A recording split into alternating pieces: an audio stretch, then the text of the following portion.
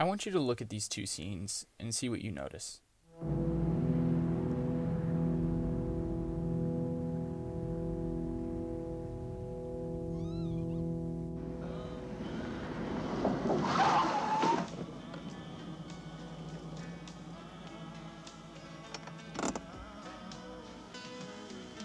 What's up? I think we hit something. I got misty all of a sudden, and I think we hit something.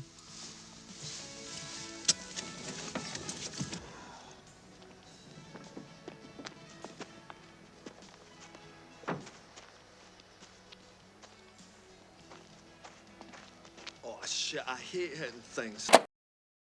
And now, this one.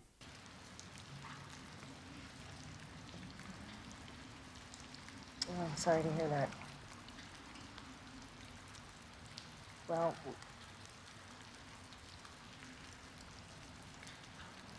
right.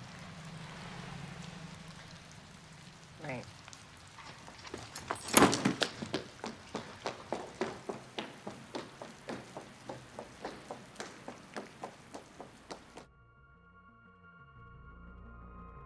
These two scenes, as you can probably tell from the picture resolution, are from two different films. Different studios, different directors, different countries, different almost everything. And yet, when you watch them both, they're almost the same, just flipped.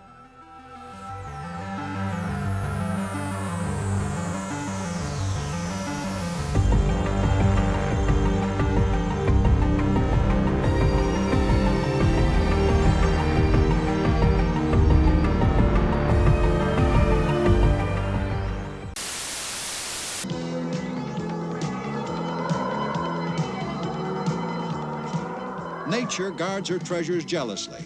Just a decade ago, these fields were beyond our reach. We didn't have the technology.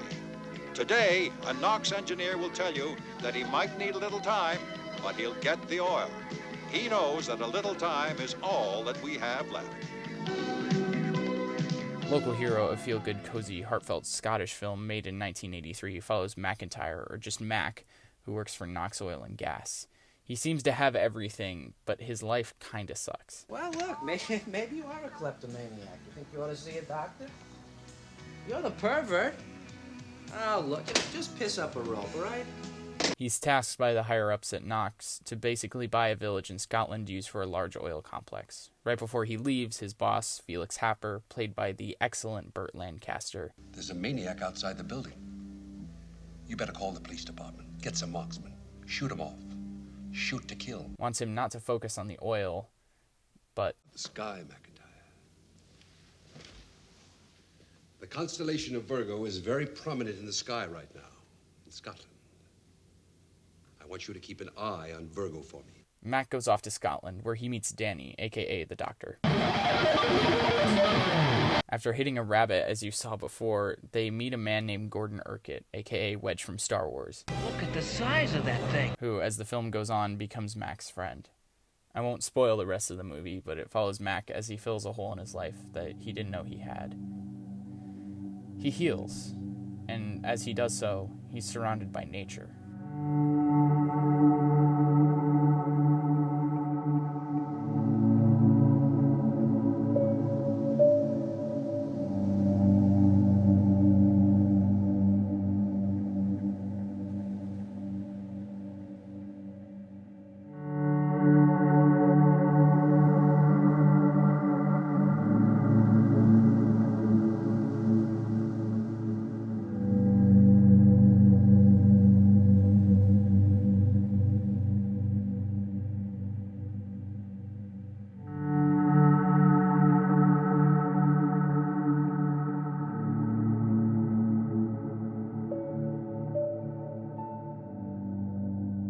We turn to our second film, Columbus. Directed by Kogonada in 2017, it follows a similar pattern. Our hotshot executive this time is Jin from South Korea, aka Sulu from Star Trek.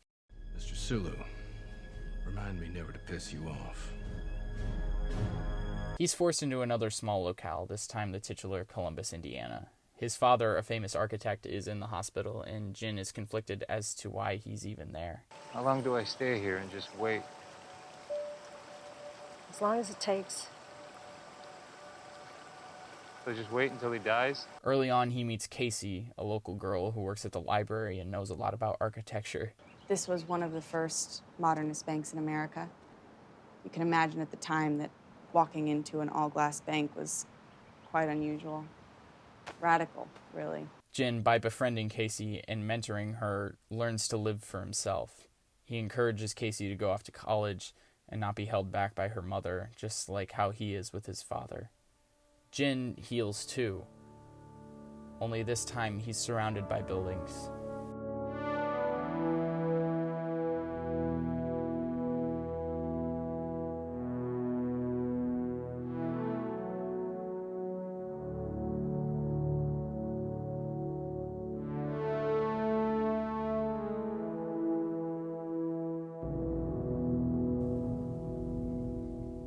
In the second act of both movies, when Jin and Mac are not their third act fully actualized selves, we see two warring environments that symbolize their inner turmoil. In Local Hero, the human maid is constantly at battle with the surrounding natural landscape.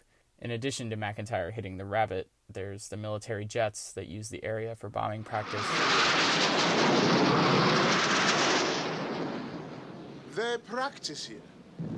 As long as they're bombing the beach, they can't be bombing anywhere else. Mac's watch getting swallowed by the sea.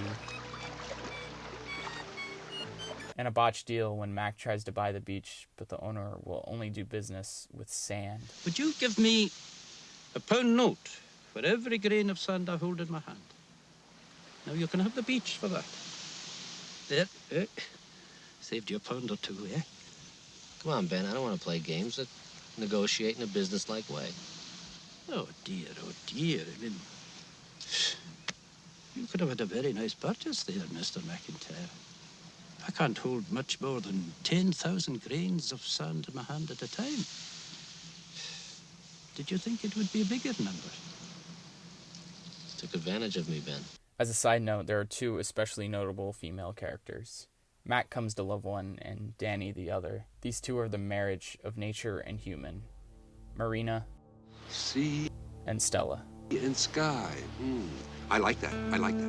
We can do good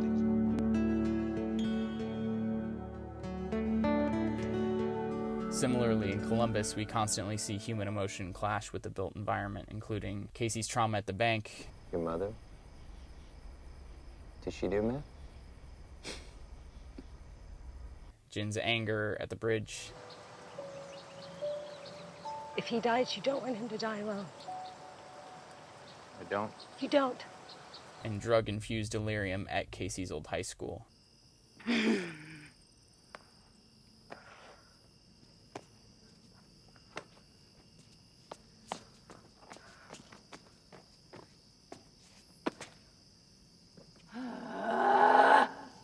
Jin and Casey aren't in Columbus for the buildings around them, but the buildings act as a mediator for them to find themselves. Same goes for Local Hero. It's not because he's surrounded by nature that Mac finds meaning in his life, but the environment acts as a literal and figurative backdrop to him building human relationships, which he lacked back home in Houston. Nature and buildings act almost like deities in these films, always watching, ever present, but affecting the characters indirectly, just nudging them along the right path.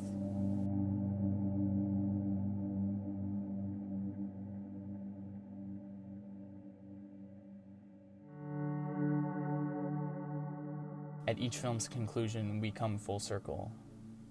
Max stares out at the Houston skyline's built environment, Jin the natural surroundings of Columbus, Indiana.